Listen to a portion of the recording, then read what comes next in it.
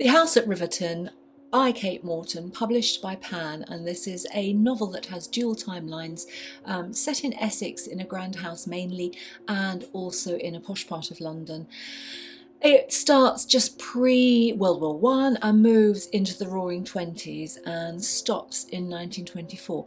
So there is that cohesive story of family as the girls in that family mature as people go through World War One, and much of it is told from the perspective of 1999 and of Grace, who used to be a lady's maid within the house and then became the lady's maid to Hannah when she married. It is an all-encompassing story.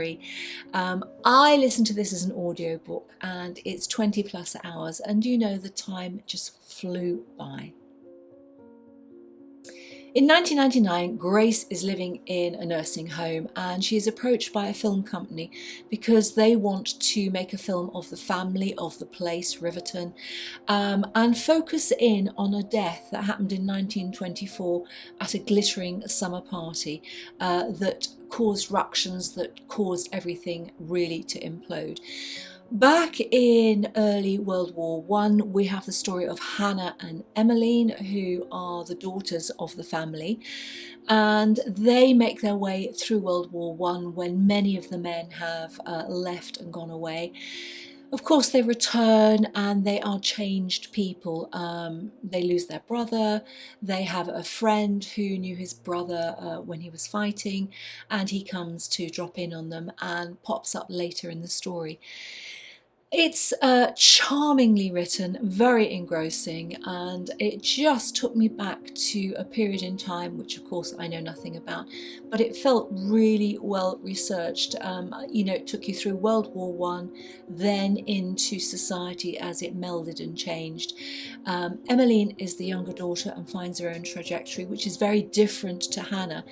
Hannah decides to get married into the Luxton family, Americans, and they kind of undermine her father's own work, and he loses his car manufacturing business because, you know, in the States everything has moved on much more quickly. They wanted him to do a fair few things.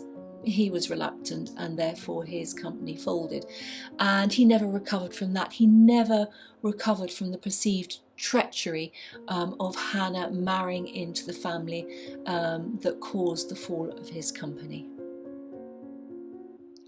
There is a lot of texture in Kate Morton's writing. She creates fabulous settings into which she pops her characters, and you know, when I finished the novel, I felt I had left behind people I'd got to know. So Grace, the lady's maid in 1999, and Emmeline and Hannah, and just, you know, one or two other people who kind of came in, left. The society, the grand house, the ways of running a grand house, you know, it just all beautifully came to life in Kate Morton's hands. And shortly coming up, she's publishing a new novel called Homecoming, which is set in the Adelaide Hills. I'm very much looking forward to that. So if you want a real sense of upstairs, downstairs, you know, what it was like what life was like, you know, in a grand house, then I think The House at Riverton, you know, is a wonderful read.